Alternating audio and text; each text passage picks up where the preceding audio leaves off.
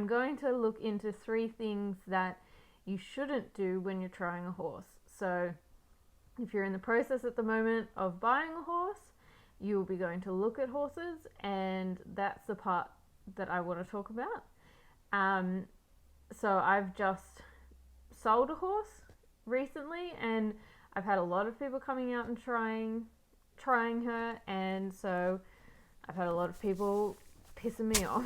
So I'm going to make a video about just 3 of the things that have really grinded my gears in this whole process. So the first thing is just try not to be late.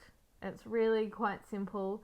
If you've made a time with someone, try to your best of your ability to actually make it by that time.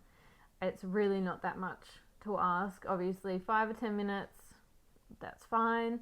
Once you're pushing half an hour, that's, getting a little rude. And sometimes you won't even hear from someone, and they'll just turn up half an hour late, and they haven't let you know. So just common courtesy, just let the person know if you're going to be later than expected. Like, you could have been held up in traffic or whatever. There's often good reasons for it, but just be polite and let the person know. Just send a little text and say, there's been an accident, we're stuck in traffic, or for whatever reason we're running late, just so they know and they're not put out. They're, kept in the loop. Because that's really frustrating. And you don't know if someone's not going to turn up as well. So if they're not there on time, my assumption is they're not coming, because that happens a lot. So even if you've decided to not go and see the horse, that's another thing. Send a text and just say, look, we're not going to make it up today. And it's fine. People would rather you say that than just stand them up and not show up at all. I've had horses tied up waiting for people, and they just nothing. They haven't messaged, called, any of that. So these days I don't even catch the horse until the person's here, because I don't know if they're going to arrive.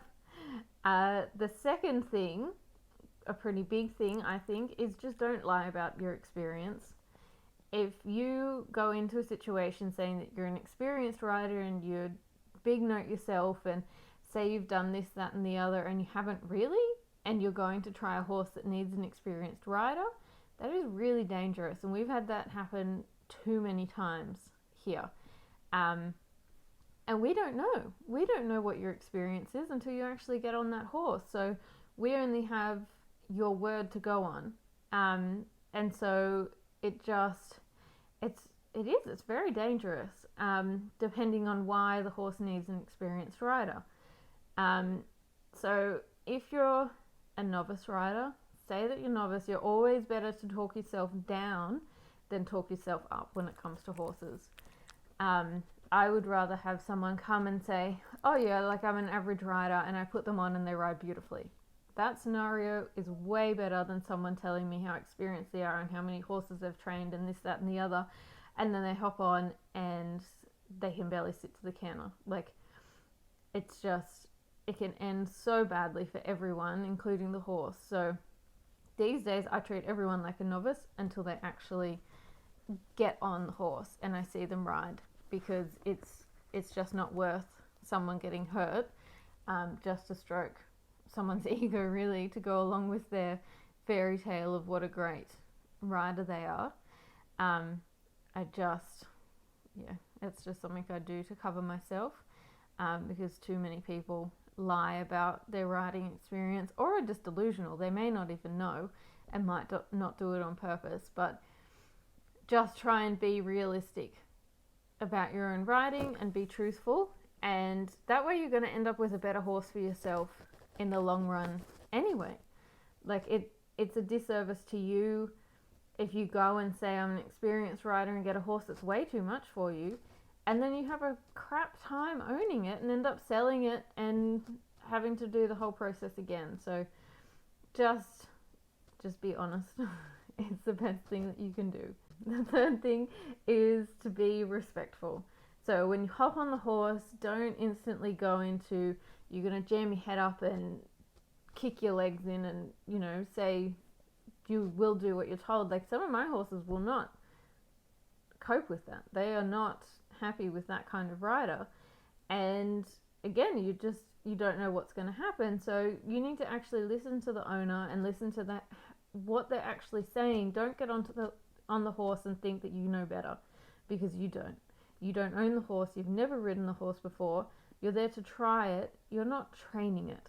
So just hop on and go through your paces and get a feel for the horse before you ask anything too much of it. Obviously be safe and have enough of a rein that you're in control if anything happens. I'm not saying go around with a loose rein, but just don't jam the horse's head up into its chest when you first hop on.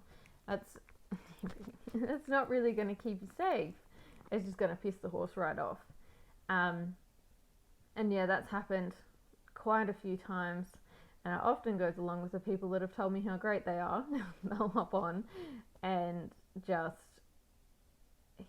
very disrespectful to the horse, and you're thinking to yourself, I don't want you to own this horse. They're not going to enjoy this experience if this is how you ride every horse. Yeah, you have to go in a little bit kindly, I guess, into the situation, because it's new for you, it's new for the horse, and you don't know everything. I know I go in, if I'm trying a horse, I will take everything quite slowly. I'm not going to just assume that a horse can do X, Y, and Z. I'm going to get a feeling for the horse and actually see if it is up to that. And obviously you've watched the owner ride it first, so you've got a bit of an understanding of where the horse is at, but you can't know everything. Yeah, so they're just three pointers to think about when you're going out to try a horse.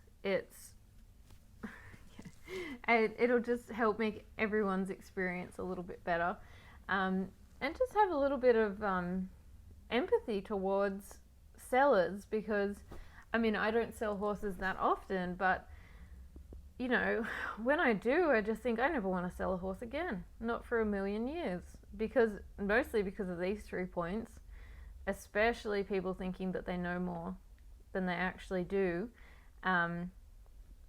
It makes the whole experience very uncomfortable, and yeah, you never want to do it again. And you'll meet a lot of people that say, I never want to sell a horse, because it's just horrible. People lie, and then you've also got the added problem of, what if this person has lied about everything and they're going to flog it off in a week's time for double the money? That's happened to one of the horses that I sold.